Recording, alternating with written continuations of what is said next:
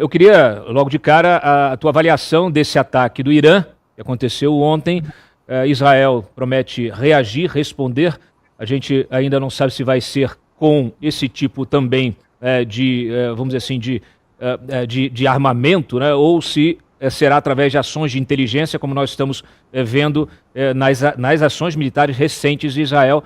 Inclusive, lembrando aqui, pessoal que está nos assistindo, uma ação que foi, que além de surpreendente, ela impactou, teve um impacto enorme e trouxe todo um debate no cenário geopolítico, que foi a história dos pagers, né?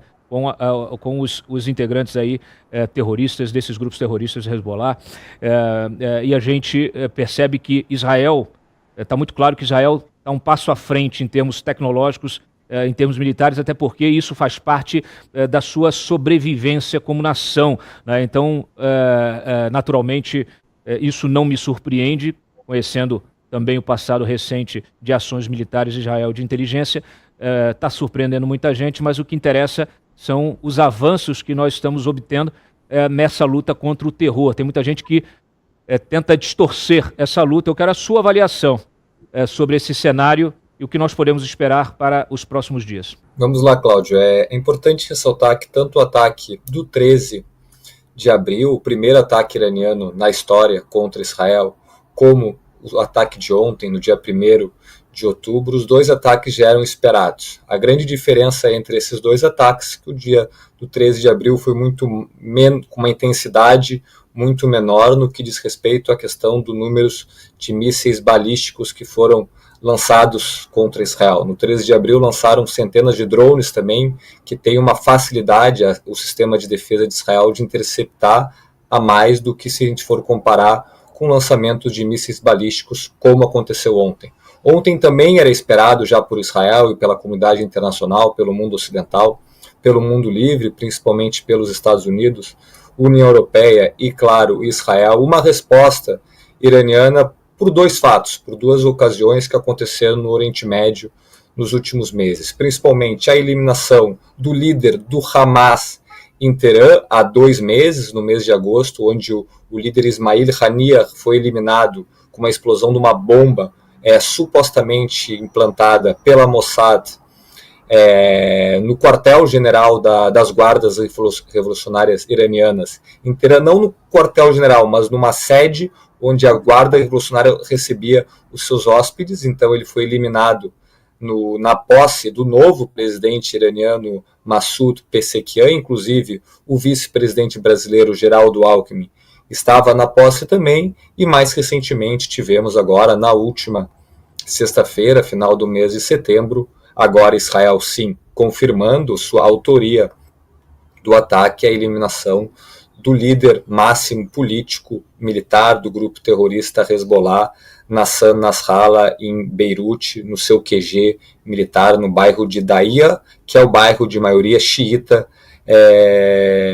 libanesa. Então a gente viu esses dois ataques surpreendentes de Israel, que envolveram uma alta tecnologia, uma alta precisão, e que com certeza esses grupos terroristas no Oriente Médio, tanto o Hamas quanto o Hezbollah, e também citando o país Irã, não esperavam. Então, por isso, diante dessas séries de ataques israelenses que culminaram com a eliminação de grandes nomes de terroristas que são apoiados pelo Irã, o Irã ontem resolveu fazer mais um ataque contra Israel. Esse sim, muito mais forte, muito mais feroz do que o primeiro ataque no dia 13 de abril.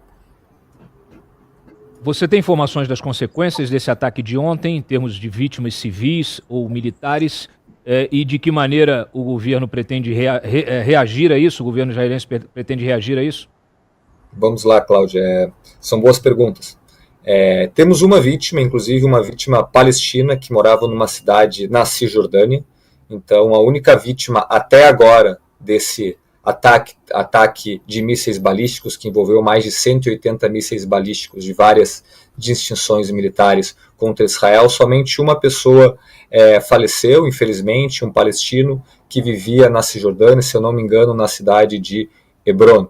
Então foi um míssil que foi interceptado pelo sistema Arrow, o sistema Flecha 3 de Israel, que é o míssil desenvolvido tanto por Israel quanto pelos Estados Unidos, para interceptar mísseis balísticos não próximos ao território israelense, mas sim na atmosfera. Então esse míssil foi interceptado, mas alguns resíduos do míssil acabou caindo, inclusive tem imagens na rede social caindo sobre o corpo, a cabeça desse palestino. Então é a única baixa até agora que se sabe sobre baixas civis. Baixas militares, Israel também não tem informação, mas se tivesse morrido algum soldado, soldada ou algum outro membro das forças de defesa de Israel, isso teria sido informado.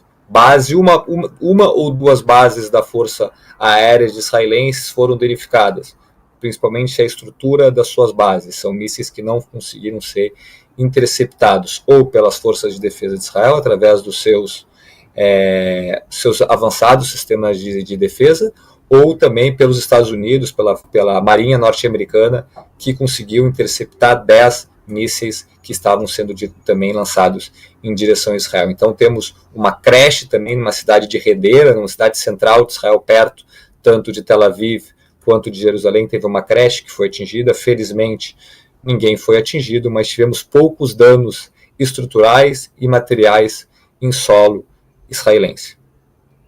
Excelente. E a outra pergunta, já só te respondendo a outra pergunta, qual que é a possibilidade já de resposta israelense, né?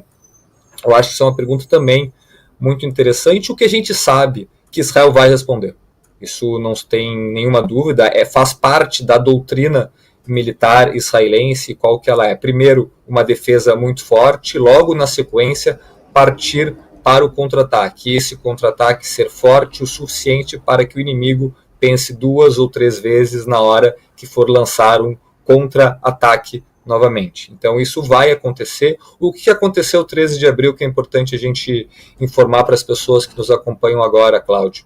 3 semanas depois, Israel respondeu ao ataque iraniano do dia 13 de abril. E como que foi realizado esse ataque? Muitas pessoas não sabem, é importante informar.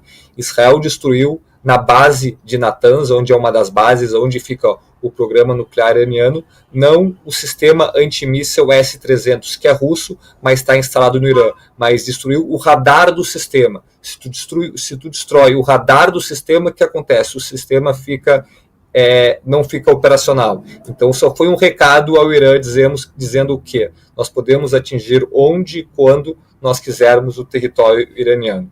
O que vai acontecer agora? Com certeza vai ser uma resposta muito mais forte ao território iraniano.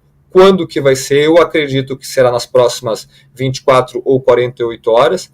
É importante ressaltar agora que tanto a comunidade judaica em todo o mundo, quanto em Israel está entrando no Ano Novo Judaico. Então tem essa questão do feriado, que é um adendo ainda maior sobre o como e quando Israel vai atacar. Mas eu acredito que serão atacadas instalações tanto militares no Irã, não somente um radar, mas vai ser um ataque mais forte. Também um ataque, há uma possibilidade, especialistas comentam sobre uma possibilidade de um ataque aos reatores nucleares iranianos. É uma possibilidade que Israel tem agora na mesa. Tanto Israel quanto os Estados Unidos, que sempre tiveram a pretensão da eliminação do programa nuclear iraniano, Israel agora tem essa possibilidade. Se isso vai acontecer ou não, temos que aguardar. Ou também campos petrolíferos, que a gente sabe que hoje em dia o petróleo é o grande componente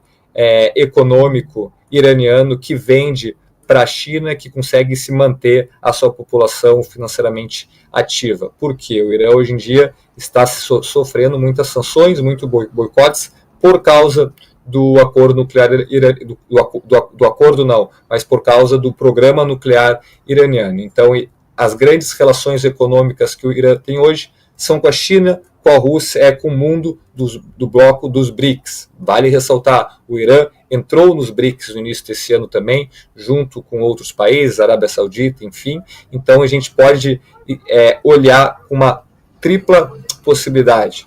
Primeiro, alvos militares, tanto do exército iraniano quanto das guardas revolucionárias do Irã. Segundo, alvos nucleares iranianos, do programa nuclear iraniano. E terceiro, campos petrolíferos.